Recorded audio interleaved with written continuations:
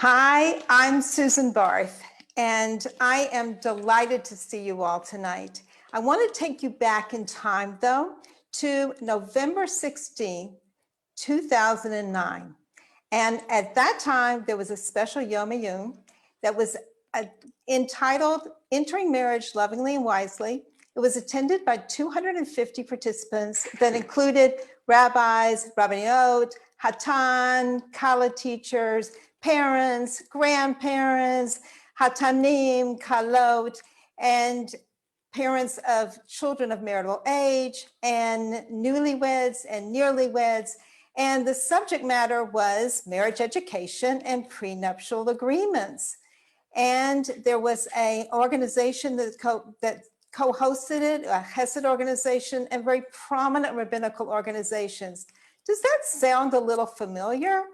Well, guess what? Fast forward, and tonight, welcome to the encore of Entering Marriage Lovingly and Wisely. And the guest list is the same, and the subject matter is the same. And we invite you to enter into our world and dream with us about how we can make a difference in the lives of engaged and newlyweds, and reflect on the fact that they're entering life at a stage that is perfect for gaining tools. I want to welcome you on behalf of the Givat Sharett Hesed Committee Simcha Gemach in memory of Feigel bas Tuvia Nisan. The Simcha Gemach was organized in 2007, and the purpose of it was to provide tools and resources for hatanim and kalos that were making wedding preparations. We are an adjunct of the Givat Sharett Hesed Committee that was organized in 1992 to provide for the poor and needy in Beit Shemesh. And we are privileged again to have the rabbinical organizations of the International Young Israel Movement and the Rabbinical Organization of America, the Israel region. And what is exciting about it for me is the fact that these are prestigious organizations that are being in the vanguard of taking action on issues such as the topics that we're talking about. So it's really a privilege to have them as part of this magnificent event. Now, I want to add an additional organization that's a co-host tonight, which is the nonprofit Together in Happiness, B'Yachad B'Osher, which was organized in 2011, mainly as a vehicle initially to memorialize my beloved parents, Isser ben Avraham ben Yamin and Feigel bas Tuvia Nisan, and also for one main purpose, to promote marriage education in Israel. And some of our prominent events were hosting the first international conference for marriage education in Israel in 2011, and we co-hosted a historic Knesset seminar for pre-marriage education in 2017. But it's the Gemach that really is the highlight organization, and that is because our flagship product is the wedding guide. And the wedding guide started out as a 28-page edition that is now in its 5th edition and 70 pages. And what it highlights is really the intention of the evening. And that is that we want to present marriage education and prenuptial agreements as just regular checklist items that when you're planning your wedding, you get your shoes, you get the hall, you get the prenup, and you get the marriage education. And so that it is essentially what we're offering is a double insurance package. And on one side of the package tonight is marriage education that I would be presenting that dynamic and under the auspices of Together in Happiness, B'Yachad B'Osher. And the other side of the insurance package is about prenuptial agreements and with Dr. Rachel Levmore. And so we invite you to think about the engaged and newly married couples that you know and how we can present them with the benefits of prenuptial agreements, marriage education, and then how you yourselves can contribute to gathering the couples together and talking about how we can all influence the use of these magnificent tools. So I thank you all for coming, and it is my honor to introduce Rabbi Reuven Tradbergs, who is the director of the RCA Israel region and director of the RCA Ulpan Ligiur. He has served as a congregational rabbi for 23 years before his aliyah from Toronto in 2009. And I am grateful for his participation. Thank you, Susan, for that wonderful introduction. And thank you for your initiative in this and wanting to make marital education a topic of consideration. And also thank you to Rachel for all of your work that you do in prenup and in get resolution and all the important work that you do. I'm here to say that the RCA is an organization, supports marital education. We don't call it premarital counseling, we call it marital education. And the RCA, the Rabbinical Council of America, is an organization of over 1,000 rabbis. The majority of the community rabbis of the United States and Canada would be amongst its members. In the year 2000, a resolution was passed by the RCA requiring the members to require of couples that they are marrying to do some type of marital education. Now, the reality is, I say that because we endorse, encourage, want people to engage in premarital education or marital education in general. I just want to share a screen here. And when we talk about marital education, we're not making something up. So you see on this document here, 4 different organizations or models of marital education. One from the Catholic Chicago Archdiocese, one program called PrEP, which stands for Prevention and Relationship Enhancement Program. These are general non-Jewish ones for the general community. That one produced by the National Institute of Mental Health. There are 2 Jewish ones I highlight here as well. The Shalom Workshop, which is mostly in New York, also funded by the US government. And the 4th one, a private one developed by Jonathan Lassen, a psychotherapist. All of them cover similar topics, and that is conflict resolution, communication, expectations.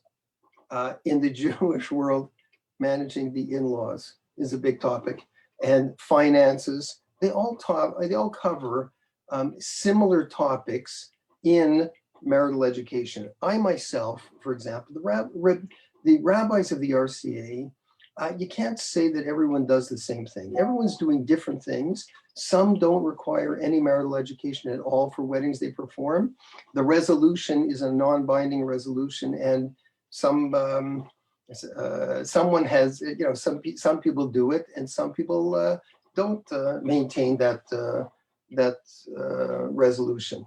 I myself, for example, would always require of any marriages that I did in the United States, when I was a rabbi in Toronto, that I would meet with the couple 4 or 5 times. And we talk about the wedding, which is important, managing the wedding. And then I developed my own approach, which involved finances, communication, skills, and the like. For example, when we talk about communication, it's not just communication, it's the skills in managing communication. So I would always, personally, I would ask a couple, tell me something that that you disagree about. So the guy would say, oh, I don't like the fact that her, every Friday night we have to go to her family for Shabbat dinner. It's irritating. So I say, okay, walk me through how you would do that.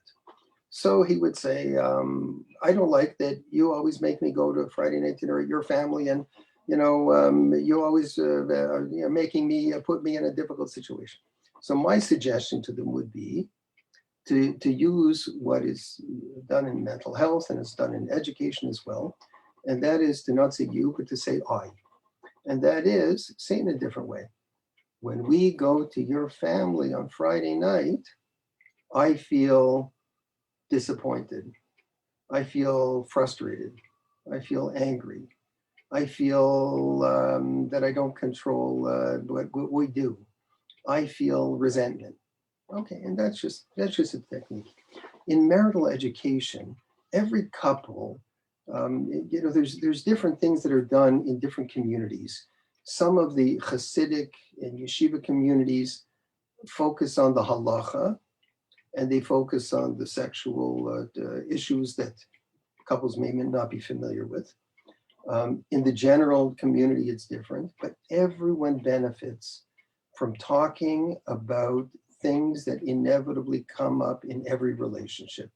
Financial pressures, pressures of children, frustrations, how to manage it, how to deal with it. And so that's really why we're supporting this effort. It's extremely important that those of us who have children, who have communities, who are in positions, that marital education should be required of every couple before their marriage. And research has shown that that reduces some of the tensions that are in marriage and impacts positively. And I want to just say on behalf of the Rabbinical Council of America that we endorse these efforts completely. They're wonderful. What Susan is doing is a wonderful thing. What Rachel does with the more challenging families is wonderful. And we wish both of you much success in all that you do. Thank you.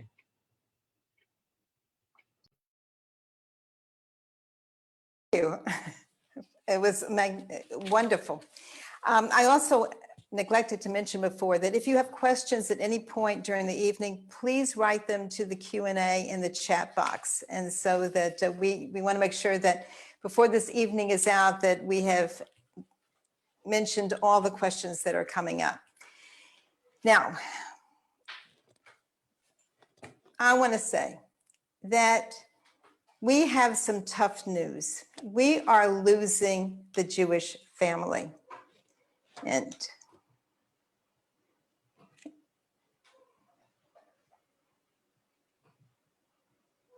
just waiting. Okay, great. We are losing the Jewish family. And these words were the same that I said at the Knesset seminar on pre-marriage education. And again, we're in the situation that divorce, the statistics show that they are rising again, and the issue is the same as it was back at that time. But what is clear is that we, as the village, as the stakeholders, play a prominent part in coming up with some remedies. And that is really what we want tonight, is to really be a collective unit of coming up with ways and strategies so that we can build confidence back in the institution of marriage. And mainly before the benefit, again, of our young couples, and give them the best foothold and foundations for their lives to come. Now, what we did as the Together in Happiness was to prepare a case for marriage education. And that is among the 3 topics that we're going to be talking about tonight. First, what is the status of divorce in Israel? What is marriage education using the IPREP? And what is Project Hayasara? And the case that we did for marriage education was really a landmark study of 45 pages of material. We hope that you will download it off our website. And we made 5 white papers that really focused on what are the issues that are affecting Israeli society today. So please go to our website and download for free all of the different case studies that we did. Now, what we showed is Central Bureau of Statistics, the numbers, and if you look at the slide, you will see a phenomenal increase from 1970, where there was 2,256 cases, to 2018, 12,071, for a 435% increase. Now, of that 12,071, 1,168 cases were under 30 years old. 538 couples married less than 1 year.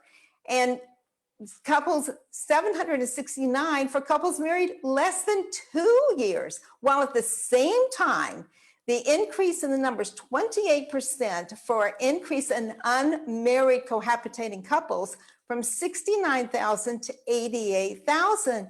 That's a phenomenal number of couples. And you don't have to be a statistician expert to realize this has a detrimental effect on society. Now, at the same time, there are ramifications on health and other aspects that divorce brings about. And an expert in the field did a study, her name is Jane Bianchi, which showed that the health is affected in the areas of insomnia, anxiety, depression, weight gain, cardiovascular disease, metabolic syndrome, mobility issues, substance abuse, endless, and that's all from divorce. And in addition, one of our white papers is totally devoted just to divorce ramifications on children, which if you'll look at that white paper, you will see that in every sphere a child is affected, whether it's in school performance or it's in emotional self-esteem. Even one study showed that life expectancy was reduced by 5 years because of the child of divorce. And in addition to those aspects, that is just the tip of the iceberg, because also divorce affects addiction and unwed births and crime. And in addition, it affects our coffers. A study in the United States showed that family fragmentation affected 112 billion in expenses. In Israel, millions of shekalim are put aside by the budget. And if you look at our case for marriage education, you'll see that we delineated all the areas of the budget. The number of single households is increasing predominantly by women, and quite a number of divorced. And what's phenomenal is the number of children in poverty. And this has a continual verbal effect. Now, if you look at the corona alone, what's very fascinating is the fact that in September, a study was done in the United States that showed of the divorces that had already been filed, that 20% of the divorces were for couples married less than 5 months. And that compares to 11% in 2019. And that's because they couldn't handle the stressors. They showed it by study that these were newlyweds that literally had no preparation for marriage. And so therefore the stressors were totally beyond their capacity. Stress, unemployment, financial strain, death of a loved one, and too much conflict. But guess what? The good news is that there is a remedy, and that remedy has literally taken on the world. It is in the United States, it is in the United Kingdom, Australia, and it is, guess what? Marriage education. And marriage education has literally taken over the globe. And that's why we were so excited about having it used in a much greater extent in Israel. Now, what is marriage education? Marriage education can be defined by 2 ways. It talks about the benefits from giving skills and tools that are associated with healthy, happy families, and it's not therapy. It is generally taught using a curriculum by a trained facilitator where you work in groups and that you don't give any personal information to anyone but your spouse. And 2 other byproducts are that, especially for engaged and newly married couples, it gives time for them to reflect on their relationship, on their goals, on their expectations, things that generally don't get covered, unfortunately, not often enough in the engagement period. And it also talks about other options. Actually, men like marriage education, and so that too many couples get divorced where they've never even gone to a therapist. And yet marriage education allows the idea that therapy is a good thing if there are some issues in the marriage. Now, does it work? Well, I'm here to tell you that in connection with the Chesed seminar, we prepared a cost-benefit study for actually to try to persuade the finance minister that this is cost effective. And among the research studies was a study by the eminent Alan Hawkins, a professor who is known around the world for his research.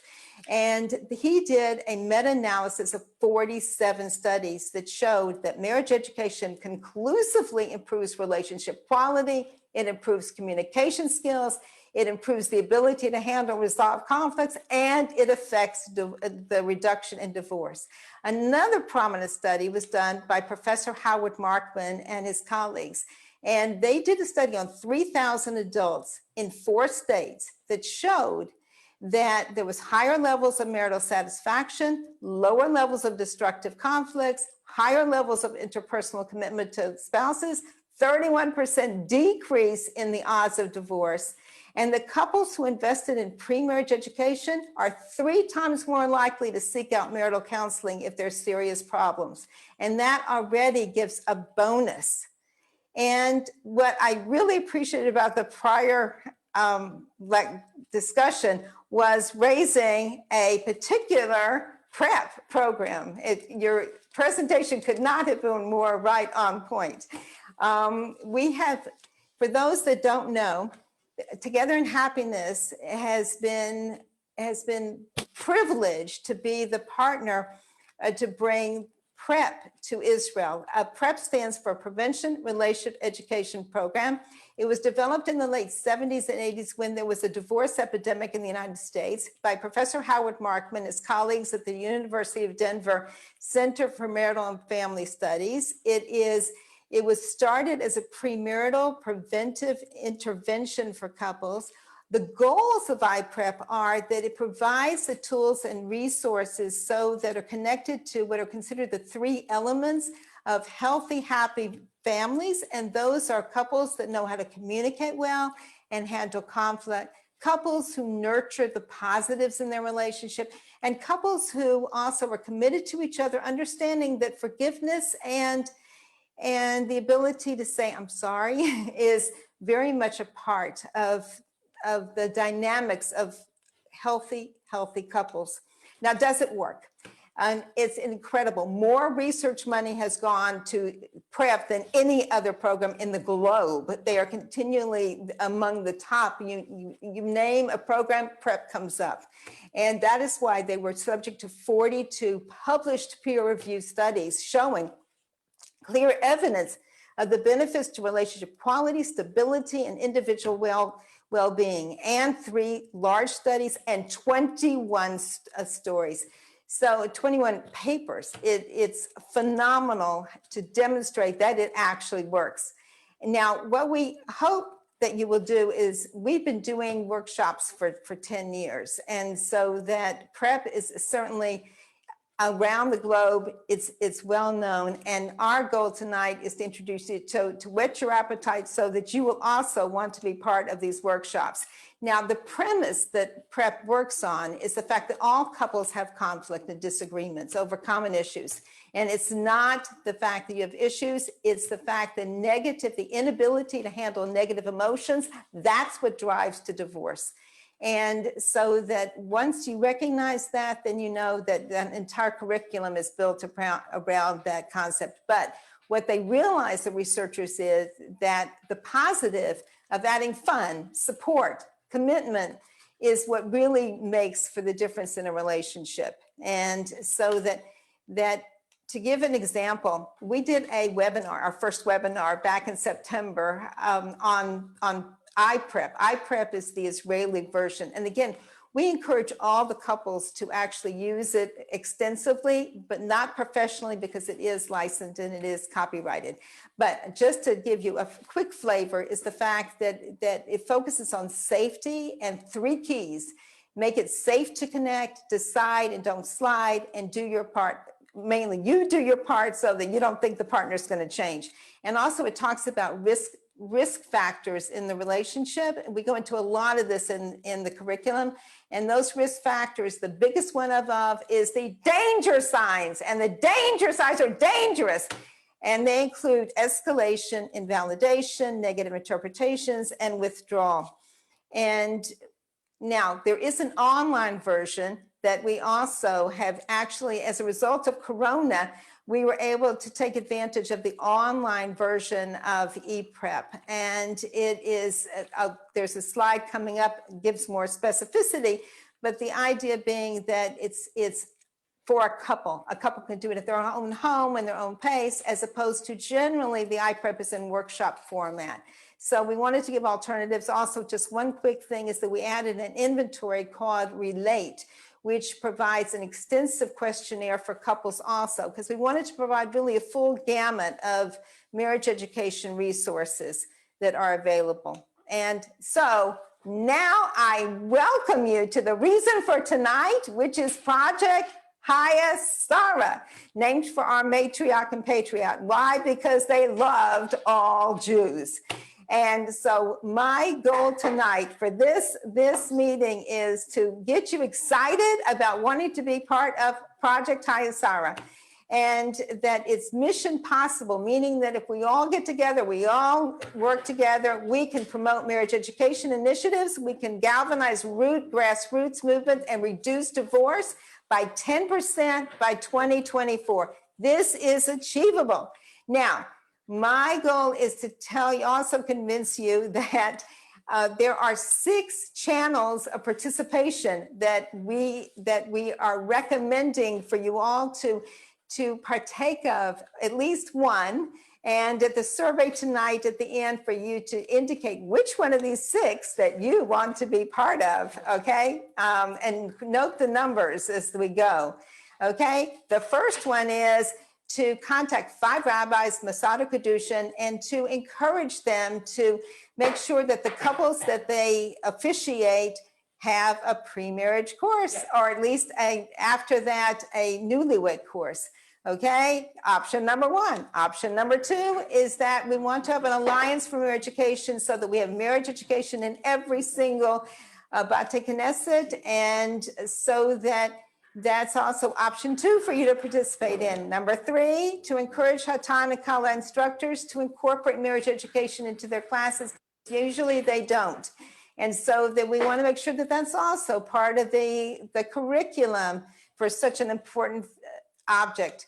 Number 4, to work with us on the Knesset, because we have a bill ready to submit to the Knesset for subsidizing marriage education. It's cost effective. We just need to have the Knesset in place to introduce it. But we also want to encourage people to help support that, and encourage 5 couples to take a marriage education course like ePrep, iPrep, and that's where the village comes into place, because we need your partnership to encourage the couples to consider it. And lastly, to brainstorm with us new initiatives so that to dream about how we can make a difference as a collective group. So that if we all work together, pick out which one of these 6 you want to affiliate with, we will have happy marriages and families and healthy Israel, and we will build it together. Now, just quickly, going back to the ePrep and the benefits that you will see by taking it is that there's 6 modules, it's pre-recorded, you can watch it at your own pace, but as a result of coming tonight and participating, you can be part of the engaged and newlyweds, free of charge.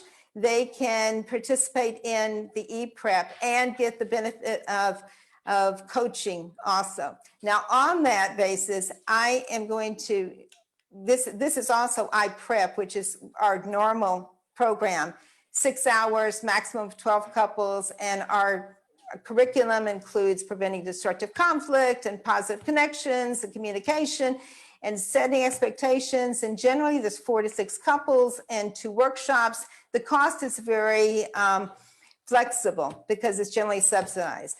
But I don't want to take another minute because I am so excited about introducing you to the couple that I have had the privilege of working with and doing coaching, and they've taken ePrep. And I want you to know they are a model couple. I have never seen a couple that has worked so hard. They're engaged. And I want to introduce you to Tova and Avrami, and they are family to me. And so without further ado, they're going to share with you a few sentiments about their experience. Hi, everyone. Hello, everyone. My name is Tova, and about 4 months ago, I got engaged to Avrami. And during that time, a lot of emotions came up between love and happiness to the fear of commitment. And at first, we celebrated with our family and friends, and we just couldn't stop smiling. But after a couple of days, the excitement died down and reality hit. And we both looked at each other with the realization that we just committed to spend the rest of our lives together. And that thought made me extremely happy, but at the same time, brought up a lot of anxiety. And I was having thoughts like, will we be able to communicate in a healthy way? What if we become bored of each other? And many more questions like these. So after a couple of days of anxiety, we decided that we needed some guidance. So we did some research and stumbled upon the ePrep webinar. After attending this webinar, we both realized that God sent us to the perfect place. Soon after that, we signed up to the ePrep course and completed it with Susan's guidance. And words cannot describe how much this course not only helped my anxieties, but also improved my relationship with Avrami. It gave us the tools and knowledge to have a more open, loving, and fun relationship. We learned how to communicate in a healthy and happy way where we each genuinely understood and listened to each other. And we learned to recognize when there's an underlying issue and how to get to the bottom of it. We also had fun learning about date nights and how important it is for a relationship, and many more helpful and enjoyable tools. After going through this emotional, challenging, and amazing journey, I can say with much confidence that this course is extremely important and even essential for newly engaged and newly married couples. So Rami and I, with God's help, will continue to integrate and use these tools in our marriage for the rest of our lives. And now I will give the mic to my fiance, Avrami. Thank you. Hi, everyone. I'm Avrami, and I wanted to discuss with you guys all why Tova and I feel that advocating and spreading the ePrep course is of the utmost importance and will help improve marriages and relationships in all of Am Yisrael. The first thing this course made apparent to us was how many aspects of our relationship we neglected because we took it for granted. From teaching us to really listen to our partner and converse in a healthy manner, to making us conscious of how we speak and what we feel, it taught us to confront our relationship as a duo, to constantly work as a team when facing issues, and thus enter into a relationship where you're truly basar echad, as it says in Bereshit. This course taught us to approach issues as one and made us cognizant that we only succeed when we work together. In addition, we learned to get to know one another through better listening, and we learned to speak about difficult topics in an effective and respectful way that makes your partner feel safe to reveal their true self and flourish in their relationship. This ability to discuss helped us get to know one another at the core, as it also says, "Ve'adam yadat chava ishto," and it's repeated many times also in about relationships in the Torah. This ideal to know one's spouse is something we found with the help of this course, and we believe it can assist many others in doing the same. Martin Buber, a Jewish German philosopher, also writes about dialogue as a true meeting of two people. This meaning both parties come to the table with no presuppositions of the other. I come into the dialogue as the most true me and give the other the space to come in as their true self. Neither of us decide for the other who they are or what they should be, but we accept and love the other on account of their singularity. With Susan guiding us through this course and amazingly helping us through everything, we learn the tools for creating a true dialogue and finding the true purpose of marriage and binding two souls into a lifetime dialogue. This dialogue of love, truth, and acceptance is brought into the relationship and with God's help later into the home. To create this home, though, is not one we can take for granted. It's something we understood. We must work hard towards this goal. Susan and the ePrep course helped us embark upon this journey of striving for this dialogue and bringing God into our relationship. It gave us more help than we could have imagined. Therefore, we recommend it with all our heart that this course spread to all relationships and be present in every home to bring love, respect, happiness, and purpose into the home and create a worthy abode for God and Torah to flourish from the roots of a loving relationship. And we really feel that with Susan being so loving and helpful in everything, we were able to get the most out of the course, and we truly wouldn't be the same without it. So we thank you so much, and the ePrep course. Wow. Are they amazing? Are not they the model couple? Didn't I tell you? They are going to have a fabulous marriage. And I always want to be part of that family, so just adopt me, okay? Because aren't they wonderful? Thank you. Stop And it, stop I couldn't have written it better. Thank you. it. Thank you. Thank you so much for everything. Thank you. We really, Incredible. I have to say that one of the privileges that I have found, I just will very quickly say one thing, and that is that I realized I am the things that I am not on this journey. I am not a mental health professional. I am not a counselor. I have so many things that I am not. But in marriage education, you can be passionate and you can be a lay person. And so that was the avenue to be able to memorialize my parents, is to try to find a way to who they were. They were married very quickly, 52 years. My mother had Alzheimer's for 18 years, and I wanted to do something in her memory that would be perfect. And so that I had the privilege in working with the Givat Sharett Chesed Committee, Simcha Gemach, to meet people like Dr. Rachel Levmore.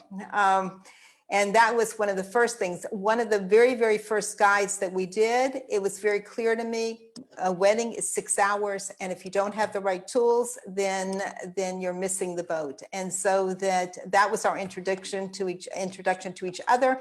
And she has been my sidekick for every crazy idea I have. And it's gratefully appreciated.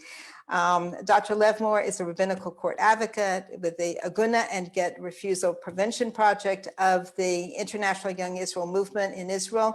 And without further ado, I would like to say that I am in full support of the prenuptials, and I will always be joined at the hip to Dr. Levmore, and all good things will come. Thank you, Sarah. And thank you very much to Tova and Avrami also. I really feel that the blessing of the Shechina Tishrei B'bayit Shelachem will come true in their amazing relationship, which obviously ePrep contributed in a tremendous amount to. I'm coming to talk about making mutual respect last a lifetime. Doing that by signing a prenuptial agreement for the prevention of get refusal, even though it does sound a little bit contradictory, self-contradictory. We're going to go into why it's a basis and not a self-contradiction at all. I think that we all are familiar with the concept of get refusal. In Israel in particular, get refusal can come from the side of the man or from the side of the woman. So it's really a mutual problem, though with different ramifications for the woman or for the man. So get refusal is a deep problem that can appear unexpectedly. It brings about existential angst within the victim, the children, the family, the community, and surrounding society, both in Israel and all over the Jewish world. Both men and women can be victims of get refusal when they request a divorce from their partner. It prevents women from bringing more children into the world due to the possibility of mamzerut, and thus lowers the population of the Jewish people. All this demands a personal and a societal solution. There is a preventative solution which we can take upon ourselves, a halachic prenuptial agreement for mutual respect for the prevention of get refusal. It's based on a simple, logical, monetary mechanism, that of ongoing spousal support when the husband or the wife demands to stay married and refuses the get. When couples marry, the husband not only is required to support the wife, today they both naturally pool their incomes and support each other as a household. Before the marriage, each signs in the prenuptial agreement that if they refuse to divorce, they are obligated to continue to support the spouse at a minimum of $1,500 a month or half of their income, the higher of the two, which was the natural state of affairs during the marriage when they were together. The Heskem Lekavod Hadadid, the agreement for mutual respect, includes a clause for marital therapy as well, if the one who is asked for a divorce demands it. So there is a balance here, an equilibrium set up, that if someone is unhappy with the marriage, they will ask for a divorce. They will seek to implement the prenuptial agreement for the prevention of the get refusal that was signed before the marriage. But the one who receives a notification of the will to implement the agreement can ask for marital therapy, and both will be required, according to the agreement, to go to marital therapy. Now, the agreement for mutual respect appears on the IYM website in several versions, and we're going to see if I am capable of sharing the screen. Yes, is it showing up for you? It has disappeared from me. Here it is. Here, you can see now the IYM site for prenuptial agreements. It's the agreement for mutual respect. In Hebrew, it's called the Heskem Lekavod Hadadi. It's actually available in 5 languages: in English, Hebrew, French, Spanish, and Russian.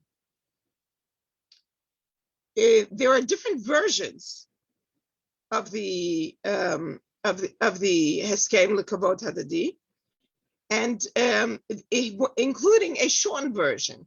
The shortened versions can be incorporated in different ways into a prenuptial financial agreement drawn up by an attorney. We see more and more couples that need financial agreements aside from a halachic prenup, because unfortunately, in the way I look at it, they're getting married later, but fortunately, they are coming into the marriage with their own assets, and they want to draw up a financial agreement. So the shortened version of the agreement of mutual respect, as I said, can be included in a financial agreement set up by an attorney in different manners. And an important point is that the body of the agreement should not be altered in any way in order to maintain its halachic validity. We recommend that the marrying couples, all marrying couples, sign the international version. The international version is the standard version of the agreement of mutual respect with an additional clause. It's a bridge clause to the Rabbinical Councils of America, Beth Din of America's binding arbitration agreement, which would cover them should one or both of the couple reside abroad at the time of a crisis. They would be covered as much as law in different states, different countries would allow. The Heskem Lekavod Hadadi, which is based on a monetary mechanism, as I mentioned, is the only one of such an agreement that has specific approbations of different rabbanim. First and foremost is Rav Zalman Nehemiah Goldberg, Zichrono Levracha. Rav Zalman Nehemiah Goldberg was a dayan, a rabbinical court judge in the High Rabbinical Court in Jerusalem. And we met with him. Who's we? The authors of this agreement are Rav Eliashiv Knol, Zichrono Levracha, the rabbi of Kibbutz Kfar Etzion at the time, Rabbi Dr. David Ben Zazon, who was at the time the Rav of Kibbutz Ein Surim, and myself as a Toanet Rabbanit, a rabbinical court advocate. We met with Rav Zalman Nehemiah Goldberg, Zichrono Levracha, dozens of times, going over every single word of the agreement as it developed. It also developed with additions of the Rav Zalman Nehemiah Goldberg, and he indeed gave us his haskama, his halachic approbation, that this is an agreement that has halachic validity and does not suffer from any halachic problems. Other rabbanim, just throwing out some names that agreed with the Heskem Lekavod Hadadi and recommended its use to be signed by couples before marriage, were Harav Hadayan Harav Shar Yeshuv Cohen Zichrono Levracha, who is the chief rabbi of Haifa, and Rosh Avot Batei Hadin, the chief dayan in Haifa. Two other names that will be familiar to an English-speaking crowd are Rav Aaron Lichtenstein, Zichrono Levracha, the Rav of Yeshivat Har Etzion, the Rosh Yeshiva of Yeshivat Har Etzion, and Rav Nachum Rabinovich, Zichrono Levracha, the Rosh Yeshiva of Birkat Moshe in Ma'ale Adumim. This has the only Israeli prenup that has, in practical terms, been put to the test and has proven to be 100% effective again and again, repeatedly, in two different manners. The first case is one when there's initial get refusal, when the young man or the young woman, generally the young man, says, no, I'm not giving you a get, just forget about it, you'll never see a get. When that get refuser was approached by someone that he found to be trustworthy, whether it was an attorney or a teacher or rabbi of his, and he was reminded that he signed the Eskem L'Kavod Hadadi, and it was explained to him what lies in wait in terms of his obligations.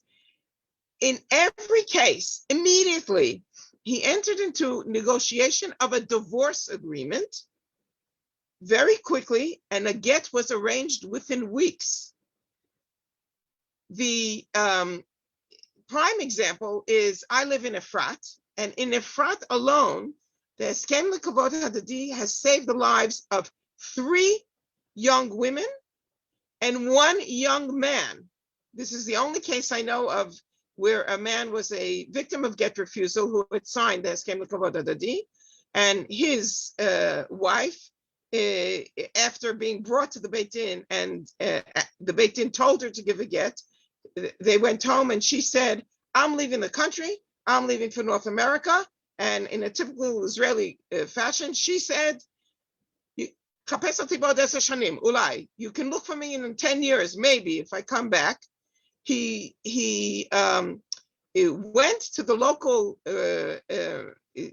religious council, the rabbinate's office, the religious council, and he dug up the Heskem L'Kavod Hadadi, of which there was a copy signed in his wedding file, and he took it to the Beit Din Rabbani, and the Beit Din Rabbani called in the woman and said to her, you are obligated to give a get by virtue of this agreement.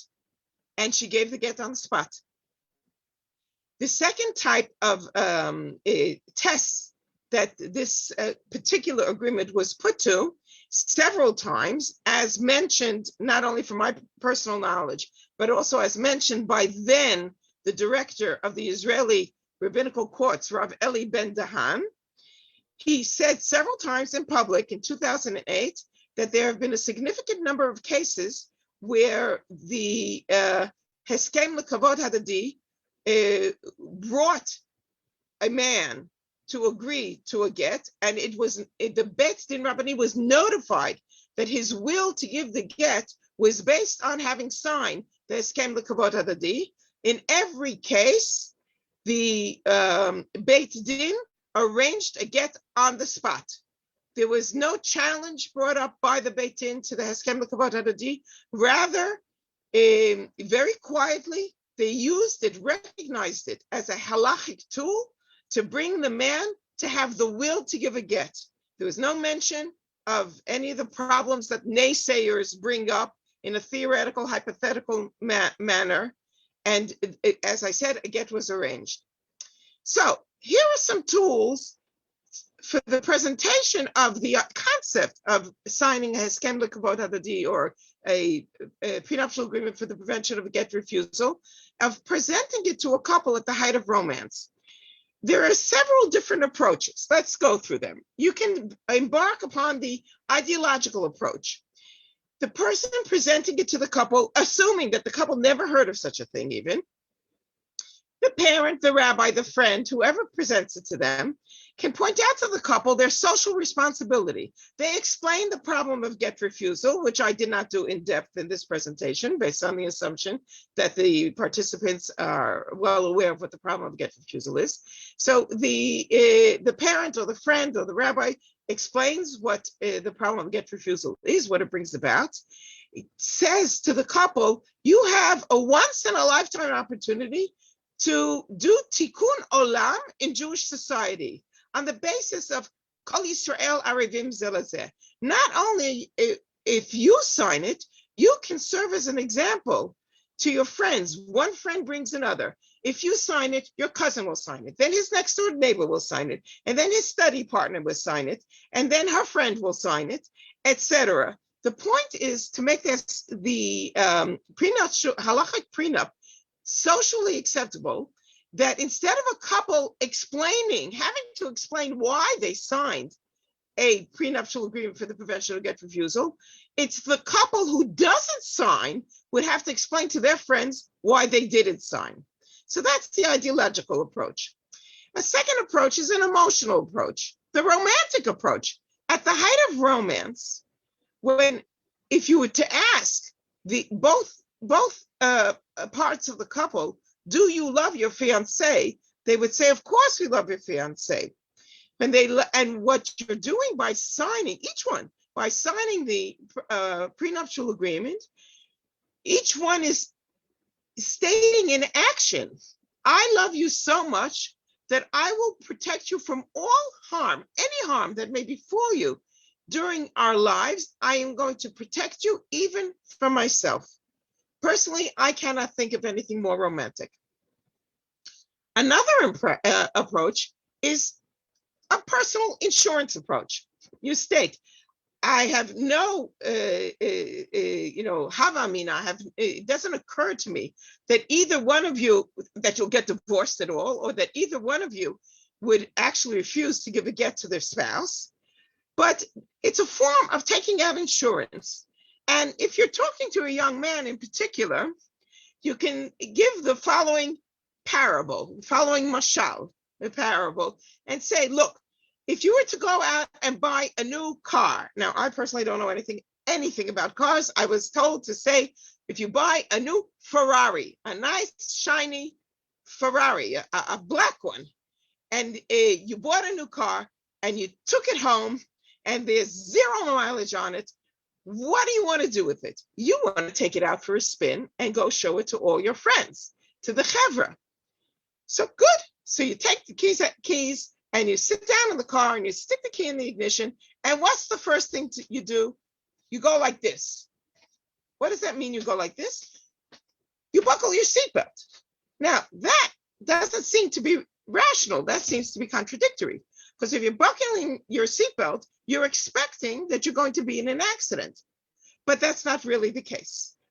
You're buckling your seatbelt because you know that accidents happen in life.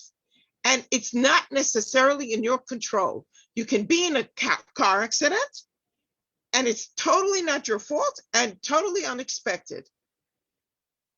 When you are in a car accident, you want to be with the seatbelt on because it protects you and minimizes the damage that could occur otherwise. The same thing goes for signing a prenuptial agreement for the prevention of get refusal. There is no expectation that you will enter into a divorce, just like you have no expectation of getting into a car accident. If you knew there was going to be a car accident when you drove out of your parking spot, you wouldn't drive out of your parking spot. So if you know that you're going to get divorced, you wouldn't enter into a marriage. But nobody thinks they're going to get divorced.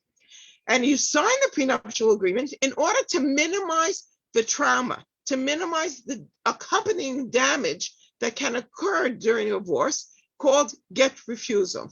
It's also very similar to taking out health insurance. Nobody expects that they're going to have the need for a heart transplant. Yet we take out private health insurance just in case, God forbid, we would ever need to undergo a heart transplant. There's trauma enough just undergoing the heart transplant, and we are minimizing the extra costs around the heart transplant. The same thing with the insurance, the personal insurance side of a prenuptial agreement. The last approach is a historical perspective. It is in essence an extension of the obligations undertaken in the ketubah. It's addressing the dissolution of the marriage, just like the ketubah is addressing the dissolution of a marriage in times of death of the husband predeceasing the wife, or in times of divorce. Over the course of the generations, on the occasion of an engagement, the couple or their parents would draw up t'naim, a document addressing the needs of the two parties and the agreements between them. Today, taking part in a halachic response to the growing negative situation in Jewish society, we sign a prenuptial agreement. It provides a halachic solution to the community at large. Should such a divorce become necessary, God forbid, then it would be conducted in a dignified, considerate manner without excessive foot dragging or the exercise of unfair pressure by one party on the other. The agreement is also an educational tool in that respect. A word of advice: addressing the matter of a prenuptial agreement should not be left to the last minute. It should be taken care of several weeks before the wedding at minimum.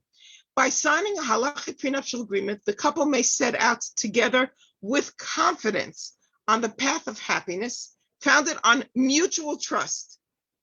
A prenuptial agreement allows good people to maintain their goodness and establishes a foundation of respect for themselves and for each other.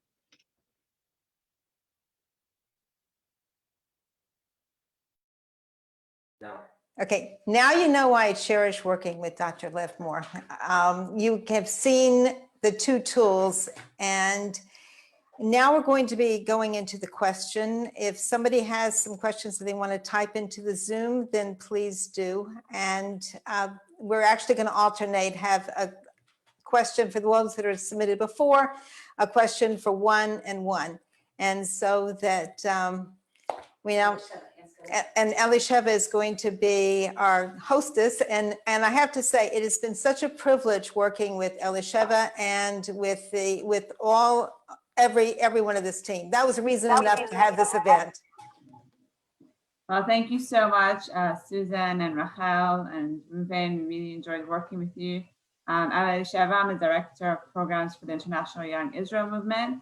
I just want to thank everyone for participating. We got a lot of questions. We obviously will not be able to answer all of them tonight, but feel free to contact either Susan or Rachel. The info is in the chat box. So I'll just start with the first one, which is for Susan. The question is, what kinds of time commitment makes a difference when it comes to marriage education? For example, if you only have an hour, is it really going to make a difference? In truth, even an hour can make a tremendous difference. Why? Because you're basically making a commitment to start a process. Just like marriage is a journey, pre-marriage education is also a journey. It's like you taking that first step. Once you've made that first step, then the rest, then you realize you've got to now taste, and it becomes a bit more addictive. So whatever represents the first reason why you would even say, you know what, we need to start pre-marriage education. And even if you set aside an hour, the hour becomes another hour, becomes another hour. Whatever dosage you're willing to commit, that's as much as the benefit you're going to get. So I highly encourage all couples to take that first step, and the rest will be history, because you'll see that that you'll want more and more and more. Just like Tova and Avrami said, it becomes something that just builds on itself for your own welfare and for the welfare of Am Yisrael. Very true. Okay, then we have another question for Rachel. What is the best option for those with dual citizenship, Israeli American, who are getting married in America? Who are getting married in America? Yes. Okay, it actually depends on where they think that they're going to live. It's especially if they're Israeli and American citizens and they're getting married in America, then the best option would be to sign the Heskem Lekavod Hadadi with the bridge clause to the Beth Din of America's binding prenuptial agreement. And instructions can be found on our site, or one can write to me with specific questions and I'll give them exact instructions. But that's what covers the period of time that they would be living either in America or be living in Israel. And just to add on to that question, Tiferet is asking, does it matter if it's Ashkenazi or Sephardim, or it's applicable to both? It makes absolutely no difference. As I said, Kol Yisrael Arevim Zelazeh. Now there's another one for Susan. How do we avoid going out on a date night and not getting into some kind of discussion? Inevitably, something comes up and it messes up the evening. Okay, well, one of the things that I mentioned as far as the danger signs had to do with negative interpretations. And literally that's when you're making presumptions in your mind already as far as extrapolating what kinds of negative things might come up. But if you both go into a date, what we encourage in the prep curriculum is setting aside issues meetings so that the couple has an issues meeting every week where that is the time they set aside for talking about all the little problem areas. Not too often, but at least once a week. Put a boundary on it and that's it. So that when you go out, you really are focused on a date night. And we are obsessed with date nights. One of the things that a part of our curriculum is that we have a fun deck. And so that each partner comes up with different ideas for dates. And you stick to it. And that's why the idea is compartmentalization. Agree in advance, you're going out, you're going to put your issues in the issue box and you're going to just enjoy each other's company. And that's really, you're making a commitment to commit to each other, to do your part, that you're going to make sure that you contribute to a great evening. And by doing so, then you will see that you can have fabulous date nights, but you have to work at it. Thank you. Then we'll have one more for Rachel. How do you know who's the right lawyer if it's for the financial prenup? If you're looking for an attorney to draw us up a financial prenup, then he or she should be one who deals in family law in Israel. We're talking about Israel, presumably. And you have to ask for recommendations. You have to ask friends and family. I do provide a list of notaries who are familiar with the prenuptial agreement for mutual respect, who can help you sign a financial agreement. And all of them are capable of drawing up a financial agreement because they're family law lawyers, attorneys. Thank you. I think we'll do one last one for Susan and then we'll wrap it up.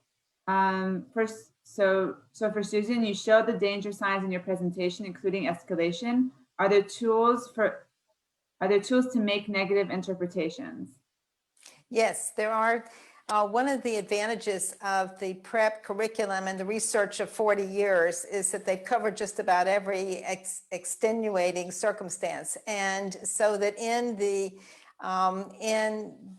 curriculum, they have a set of exercises. And for example, in negative interpretation, because it's the most cerebral and you can't really know what someone else is thinking, they go through a certain dialogues that, does this sound like something that the other partner you would accuse them of if you weren't negatively inclined. And so that the whole idea is to have exercises that really focus on the positive, making the cup half full. And as a result, you're already going into taking away from that negative interpretation that's really a false assumption of what the other person is thinking, and flipping it so that you can then assume the benefit of the doubt. So it's really a matter of purging the negative to get to the benefit of the doubt. And in that way, that the curriculum is so advanced in the exercises that it covers just about every extenuating circumstance, but certainly because negative interpretation is such a predominant one,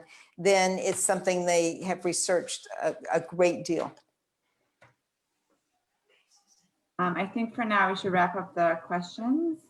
And if anyone has any other questions they would like to ask, or we haven't addressed your questions at this present time, feel free to contact either Rachel or Susan. I'm sure they would love to answer them. And again, we want to thank you all for participating and all of our speakers.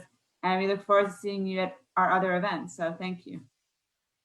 Now, do you see why it was such a pleasure to deal with Elisheva and the young Israel? Well, here we are. We try very much to keep on schedule. And I want to thank very much our presenters, Dr. Rachel Levmore, Rabbi Reuven Traffer, and of course, my Rami and Tova.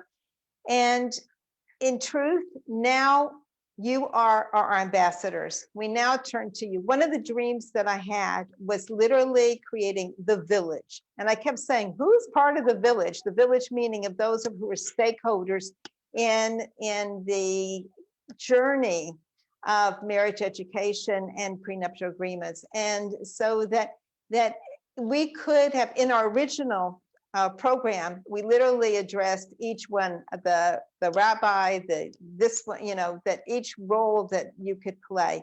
And I encourage you to look for those six choices, and in the survey that we send out, to indicate which of those six that you want to be a participant, and we'll get back to you and literally get my dream that I hope will be your dream of making sure that every couple that is entering marriage has a pre-marriage education, or a newlywed couple has it, and signs their prenup agreement.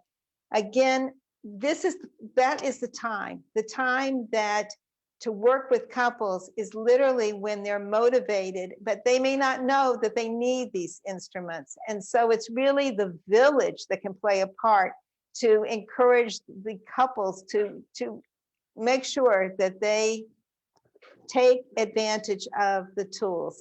And that's why we are really covering the waterfront between the synagogue to the Knesset, so that all of us will start making it our personal mission to be part of the same team. And when we are part of the same team, we know we're going to have happy couples. We're going to have happy young children because they're going to have two parents. We're helping Am Yisrael be the most glorious group of people that we can be. We are a light unto the nations. All we have to do is work together, and there is no end to what we can accomplish. So these are the six again that I want to remind you. 1, contact the rabbis. 2, the synagogues. 3, the Hatan teachers and Kala teachers, and make sure they work together, by the way. 4th, Knesset. 5th, making sure you encourage the couples to take the education course, do the prenup. And 6th, brainstorm with us, dream with us, because we can create better marriages. We can meet that divorce rate reduction, that goal. But all we need is you to become our ambassadors and be part of the team. It doesn't cost anything, a little time just to talk to people that in your sphere of influence, but we can make such a contribution as a whole. Our contact information is up. Please, I am counting on this universe expanding and making sure that Project Hayasara is the model for the universe. Let's let Israel now be the true center of showing that we can make Hayasara, our matriarchs, proud of us. So thank you very much for being a part of us. And the survey is on the chat, and please make sure that all it takes is about 2 minutes. I wrote the questions up, so I know that they literally timed them up to about 2 minutes. But make sure you indicate which of the 6, and also make sure that you take advantage of these tools. We want you to be our foot soldiers and help create better marriages in Israel. We all benefit from it. So thank you very much for being a part of our program tonight. We want to hear from you.